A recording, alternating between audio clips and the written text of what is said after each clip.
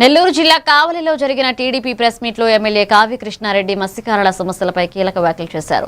స్థానిక మత్స్యకారులకు అన్యాయం జరిగితే సహించబోమని స్పష్టం చేసిన ఆయన హద్దులు దాటి బోర్డు సంచారం పెరగడంతో సమస్యలు తలెత్తుతున్నాయని తెలిపారు.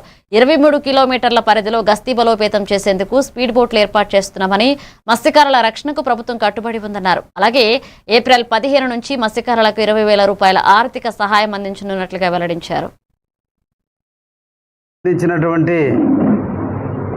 ఫిషింగ్ హార్బర్లో ఉన్నటువంటి బోట్లను దొంగతనంగా పాండిచ్చేరికి సంబంధించినటువంటి కరైకల్ జిల్లాకు సంబంధించినటువంటి యజమానులు బోట్లను రాత్రికి రాత్రి మన హార్బర్ నుంచి తొలగించినటువంటి విషయాన్ని అందరి దృష్టిలో ఉన్నప్పటికీ ఈ రోజున మత్స్యకారుల సోదరుల యొక్క మనోభావాలు, వారి ఆలోచనలు ఈ రోజున మాకు వేటకి ఇబ్బంది పడే పరిస్థితికి వచ్చింది.